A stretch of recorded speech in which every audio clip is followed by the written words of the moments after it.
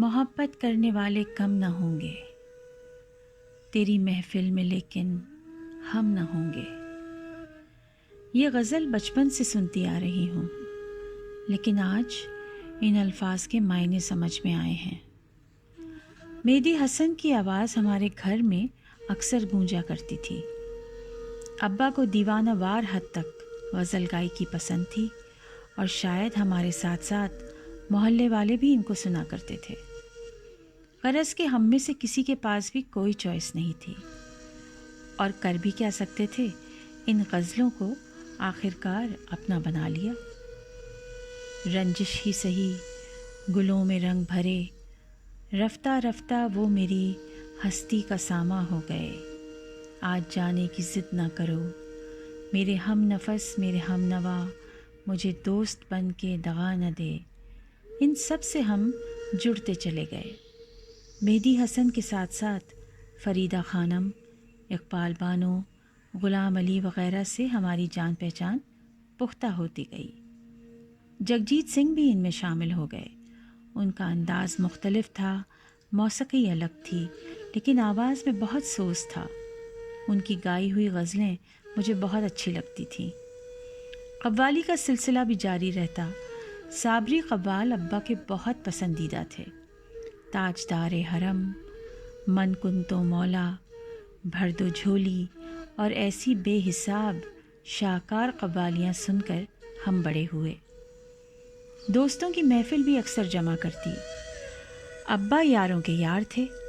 ہمارے یہاں لوگ موسیقی سننے آیا کرتے تھے۔ ابا کے پاس غضب کا کلیکشن تھا، اور جو ذوق رکھتے وہ کھنچے چلے آتے تھے۔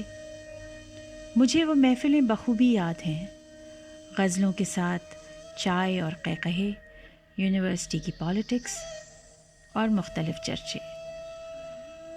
ابا کے توسط سے موسیقی ہماری زندگی کا حصہ رہی، اور اچھی شعر و شاعری سے بھی انہوں نے ہی تعارف کروایا۔ ابھی تک ابا کا موسیقی اور غزل سننے کا شوق زندہ تھا۔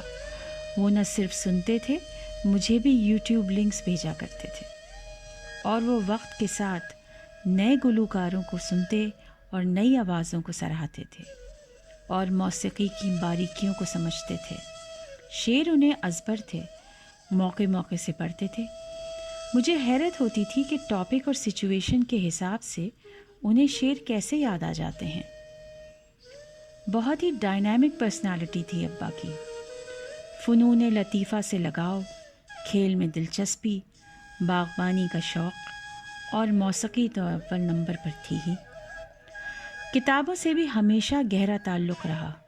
شوق اور پیشہ دونوں ہی ان کی طرف مائل کرتے تھے۔ اور بھی بہت کچھ ہے جو ان سے منسلک ہے۔ کتنے شوق اور عادتیں وہ مجھے بھی وراثت میں دے گئے ہیں۔ ایک انمول ذخیرہ۔ ہماری یادوں میں ہمیشہ وہ زندہ رہیں گے، اپنے وجود کی خوشبو سے معطر کر کے، اپنے وجود کی خوشبو سے معطر کر کے، کون گزرا میری یادوں کو منور کر کے۔